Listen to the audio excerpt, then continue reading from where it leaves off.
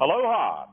I'm Dick Pryor from the Hawaiian island of Oahu, welcoming you to Ford Island in the middle of Pearl Harbor, Hawaii, where today we're going to be conducting an interactive webcast. Glad to have you with us, including 124 schools, more than 8,000 Oklahoma school students. We're glad you could be here. We want you to participate. So as we progress through our program today, we want to make sure that you ask questions of our guests. You can do that through the blog. So please go to the blog when you have a question, and we'll try to get to as many questions as possible. We're here because this is a very special week. This is the week commemorating the 66th anniversary of the Japanese sneak attack on Pearl Harbor. As many of you may know, that is what precipitated the United States entering World War II, and it happened right here, right behind us. We are located at the spot almost exactly where the USS Oklahoma was moored. The USS Oklahoma was one of the battleships hit and sunk here at Pearl Harbor during that Japanese attack. And tomorrow, there's going to be a very special dedication ceremony. It's been 15 years in the making, but there will be a dedication ceremony tomorrow beginning at noon Hawaii time, 4 o'clock Oklahoma time, dedicating the brand new USS Oklahoma Memorial, just about 50 yards from where we're located. It's my pleasure now to introduce the Executive Director of the Oklahoma Historical Society, Dr. Bob Blackburn, who is here to tell us more about the USS Oklahoma, and he has some artifacts. Good morning. Aloha, Dick. Aloha. Why was the USS Oklahoma important, and what happened here at Pearl Harbor important? Well, several reasons. First, the people of Oklahoma raised money to design and manufacture a full silver service for the ship. That silver service was on the USS Oklahoma until it was dispatched into the Pacific right before Pearl Harbor. We have that silver service on display at the History Center. And then the second reason is that we want to make sure that the service and the sacrifice of those sailors and Marines will never be forgotten. We have permanent exhibits at the Oklahoma History Center. We have large collections. I brought a few examples today. We have more than 60 interviews with the survivors off of the ship that'll be saved for all time. We have exhibits. We have the steering wheel, the aft steering wheel off of the ship that's on display today as we speak. We have scrapbooks. We have memorabilia on those sailors and Marines. Their stories will never be forgotten because of that. We have a few stories with us today. For example, one that is especially poignant is that we have a menu that was used on board the ship on the last Thanksgiving in 1941, just a few weeks before the bombing. Right. It shows what the men were served that day on the ship. It says Thanksgiving Luau, 1941, USS Oklahoma. We have typed copy of the items that Frank Richard Spencer lost during the bombing. We have artifacts manufactured on board the ship, like an ashtray. We have. And this says, if you can't tell, it says USS Oklahoma on the ashtray. It does. We have a circuit board plaque that was taken off of the ship before it was sent for salvage. We have a silk handkerchief that was manufactured on board. Many of the men on the USS Oklahoma had these handkerchiefs, and we have several in the collection. And then we have a special artifact that was donated to us 2 years ago. It is a flag that was presented by the men of the USS Oklahoma to a family in Spain during the Spanish Civil War in July of 1936. This flag was flown from the balcony of that American family, protecting them from the fascists of Spain at that time. During the Spanish Civil War. During the Spanish Civil War. And so the USS Oklahoma never fired a shot in anger, but they were still protecting Americans around the world and represented American interests. This flag protected an American family on foreign soil.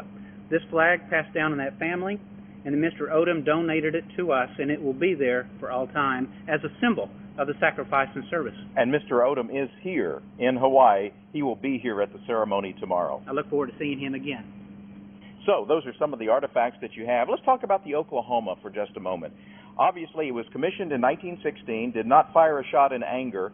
It served a very important role during the Spanish Civil War, and then came here where it was moored. What were these sailors and Marines doing aboard the USS Oklahoma during that period of time prior to the bombing of Pearl Harbor? They would have been preparing the ship and keeping it in good shape. It was a ship that was well maintained, and those sailors and Marines were very proud of the Oklahoma. We still see that today with our survivors who have been working with us for more than 20 years to save these stories. And so those days were very vivid in their memory. the memories that those sailors and Marines had on the day of the bombing are very vivid, the days leading up to it. That is a time in their lives when they felt a sense of brotherhood with their fellows. They have still a sense of bond with the sailors and Marines off the Nevada and the Arizona and the other ships. And there was a sense that they were there at a very important time in our history. And so they have been donating their artifacts, their stories, to the History Center for the last 20 years. And we've been very fortunate to be able to work with these men who feel such that sense of brotherhood and bond. And I want to remind everyone, especially the students watching, that two of those veterans, two of the survivors of the USS Oklahoma are with us here today, and you'll have an opportunity to talk to them, ask them questions a little bit later. One of them probably had something to do with that menu, George Brown, who was the ship's cook on the USS Oklahoma. We'll have a chance to talk to him, maybe talk about what was on the menu that day for Thanksgiving. I'll leave this out. Fair enough. The USS Oklahoma was here right behind us. What you see behind us is the USS Missouri. The USS Missouri, Bob, was not commissioned at that time, early in the war, but it played a very important role in the end of World War II. The USS Missouri was where the actual surrender document was signed. You're right. There's so much history at Pearl Harbor. We have these stories that not only go out through our families of the servicemen who sacrificed so much, but this is the base of operations going into the Pacific Fleet and then the Asiatic Fleet.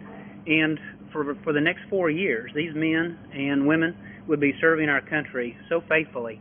And this place is a special place just coming in today. You get this sense of history when you come here. And I'll encourage all Oklahomans to come to Pearl Harbor to see the memorial someday in the future so they can remember, to come to the History Center where we can see the stories of the individual men who served the country, and to see that silver service and the connection of Oklahoma to this battleship. I think it's a very special day, and I'm so pleased to be part of it with you. All right. Well, thank you very much, Dr. Bob Blackburn from the Oklahoma Historical Society. Thanks for coming. Glad to have you here in Hawaii. Thank you very much. All right. Very good. That's Dr. Bob Blackburn. And, you know, we were talking a little bit about the USS Oklahoma. The Oklahoma was actually moored directly behind us, right about where the Missouri is situated right now. We are on the west side of the Missouri, looking toward the west, and the Japanese planes came through Battleship Row and fired torpedoes. About 350 Japanese planes came into Pearl Harbor early in the morning on December 7th, 1941. 350 planes in two waves. There were actually two attacks, and they were looking for aircraft carriers. The aircraft carriers, however, were not here. The aircraft carriers were out to sea, so they did the next best thing, and they took on the battleships with their torpedoes. The Oklahoma was one of the first battleships hit. It rolled over 151 degrees into the water, massed down, as Paul Goodyear will be able to tell us a little bit later on. And at that point, the Oklahoma was sunk. Many of the crew got out. Many did not. Many died here at Pearl Harbor. And we'll talk a little bit more about where they are today and the memorial, which will be remembering them and also remembering all of their crewmates aboard the USS Oklahoma. That's a bit of history. Now let's talk about the memorial, and I'm joined now by State Senator Jim Reynolds. Welcome. Good morning. Aloha, Oklahoma. Yes, aloha. We're glad to have you here, and I know you've been involved in the development of this memorial for quite some time. Tell me about your involvement. Well, for me, Dick, it started shortly after I became a senator in 2001. A lifelong friend introduced me to Paul Goodyear and what we call the Oklahoma family, and that's just a group of people who share a passion for what these guys did. Shortly after that, I met some others who had a similar vision to get a memorial built that Paul had carried for a number of years, and together we began working on that memorial. And it's been a quest that we are finally seeing come to pass. It's exciting. I know you've been involved in it personally. What has the state of Oklahoma done to try to make sure that this happens? Well, the state itself, through the legislature and the Centennial Commission, was able to raise nearly $500,000 if necessary. They've committed about $350 so far and said if there's any shortfalls, we're going to take care of it. But more importantly, it was individuals and corporations across the state that donated money, substantial amounts, to get this done. And in addition to that, the labor, the volunteers that really pushed to make this happen all pretty well come from Oklahoma. And it's an exciting time that it should happen during our centennial year. People have asked, was that by design? No, we'd like to have this done 50 years ago, 60 years ago, but it just happened to happen during our centennial year, and that's all the better. The fact that you have gotten to know some of the survivors, what has that meant to you in terms of seeing this to fruition? For me personally, that's meant everything. Everybody that's worked on this project has different things that motivate them, and for many, it's the 429. I didn't know them. I couldn't know them, obviously, but it's the survivors I've met, Paul Goodyear, who they're going to see in just a little bit, Ed Veazey, George Brown. To meet them has just been the thing that's driven me when times were hard and we kept hitting walls that we didn't think we could get past. It's meeting those guys. They're a special group of people. You mentioned the 429. The Oklahoma had about 860 sailors and Marines on it, lost 429. Yes. Some of them were never identified. They're buried at the Punch Bowl, which Yes. is in downtown Honolulu. Paul Goodyear was telling me, and also George Smith, who was another one of the USS Oklahoma veterans who survived, telling me that for them, that this memorial is more about the families of those who were lost than it is about them. Yeah. You know, Paul has shared so many times, he said, you know, we who survived, we went home and we went home to families. But those who perished, families were affected, and as most of everybody knows, there's just nothing quite like a family. And so they are the ones that really has motivated the survivors, Paul and Ed and others. They're always talking about the families and getting this done for those families. And there's so many families that are here today. One of them, Mrs. Byers, her husband, Gene, he passed away this last year. He wasn't able to come, but she is here. She traveled on her own to be here to support the family and those 429. I mean, his marker is not up there. He was a survivor that day, and yet she's part of this process. She wants to see this completed for the others. And although 429 perished that day, only about 90 or so still remain, still are with us, but we have a pretty good turnout. About 15 of those survivors are going to be here tomorrow. Yes, that says a lot, absolutely. Well, Senator Reynolds, thank you very much for joining us. Enjoy your stay in Hawaii. It's good to see you again, and thank you for the work that you've done. Thank you very much, Dick. Good to have you here. Good day, Oklahoma. Remember, everyone, that you're going to have an opportunity to go onto the blog. You'll be able to ask questions of our veterans that you're going to meet in just a few minutes, and they are amazing. These gentlemen are fantastic. Paul Goodyear has been so involved in getting this memorial established, and we're glad to have him here. And we mentioned George Brown, the ship's cook, is going to be joining us. So be thinking about the questions that you have for them, because they have some great stories to tell. I can assure you of that. It's my honor now to be joined by Tucker McHugh, who is the co-chair of the USS Oklahoma Memorial Executive Committee. What a great day this is, and welcome. Aloha to you. Aloha. It's great to be here in Hawaii. It's just a beautiful, beautiful day, and it's going to be a wonderful event tomorrow, the dedication of the USS Oklahoma Memorial. 66 years after December 7th, 1941, we're going to honor forever 429 sailors and Marines in a lasting and fitting manner.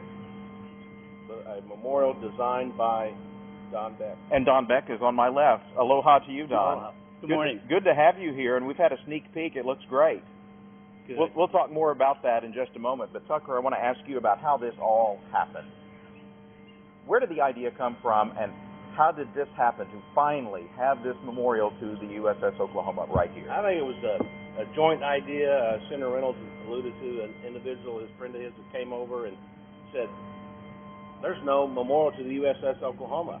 One day, about the same time, I was watching the History Channel, and there was a park ranger on there. He said, from time to time, Pearl Harbor survivors come over here, and they ask to see if there's any parts of the battleships left. And sure enough, there were. And I thought, well, maybe there's parts of the USS Oklahoma. And I thought, send a friend of mine over here. And sure enough, we found a piece of the USS Oklahoma. But more importantly, we too independently said, hey, there's no memorial. That is just not right. We're going to make that right. That was a shameful oversight, and to honor or to have really 429 men forgotten about. Mm-hmm. And we were bound and determined we were going to change that. And we joined forces and formed a team, and here we are. But it wasn't easy. A lot of work. But we succeeded. tomorrow will be the day. And the co-chair is Admiral Greg Slavonic, who Admiral was Greg also Slavonic. instrumental in making this happen. Yeah, another naval officer, and he did an awful lot of work as well to make this happen. Admirals can sometimes part ways, so we needed an admiral to make some phone calls and have people listen. But I have to say that Representative Tom Cole made sure that we would have the land to build our memorial.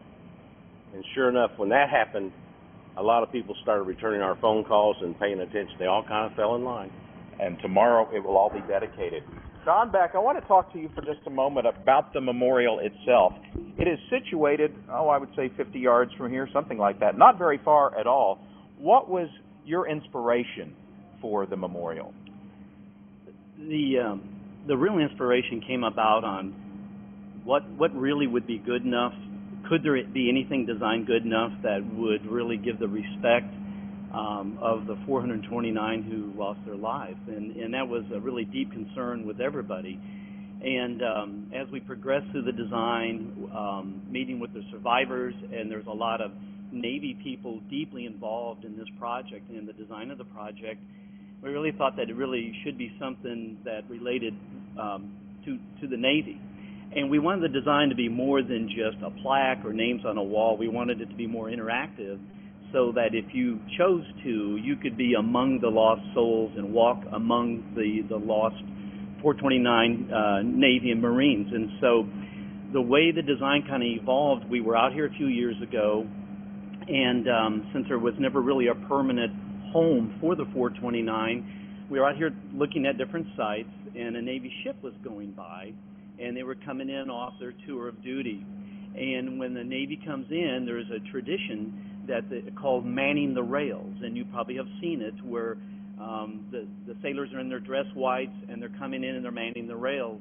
And that really kind of gave the inspiration for our 429 in white marble, in perfect alignment, and for them and for us and for everybody, it is these 429 finally coming home as proud as they can be 66 years later, and they're coming home for the final time, and their ship coming in, they're manning the rails. And that was the inspiration for the white perfect alignments of each marble column. Well, Don, it looks great. We'll be looking at it tomorrow when it's officially unveiled and dedicated. That will be so exciting. It's good to have you here in Hawaii. Thank you. Thanks for having us. You bet. Very much. Thank you. Tucker McHugh, great work. Thank you. Good to have you here. Enjoy tomorrow. I know it's going to be a fantastic day. It will. I want to remind all of our school students you have an opportunity to participate in our interactive webcast. We'd like to hear from you. We'd like to have questions, so be sure and go to our blog, and you can send us questions for our veterans. We're going to be talking to them in just a few minutes, but there's one special story that I would like to share. So many great stories, and I'll tell you a little bit later about how you have an opportunity to participate in a statewide story collection project. But in the last 5 months or so, we at OETA have been involved in collecting World War II stories on our own. They have been compiled, many of them have, in a documentary that will air tonight at 8 o'clock Oklahoma time on OETA, and I invite you to watch it. You can also watch it on our website. It will be streamed live on our website worldwide. And one of those stories is the story of Paul Goodyear. He was one of the sailors aboard the USS Oklahoma on the morning of December 7th, 1941, just before 8 o'clock in the morning, when Japanese planes entered Pearl Harbor and began bombing and torpedoing the battleships and other ships here in Pearl Harbor. Here is Paul Goodyear's story from Oklahoma World War II Story.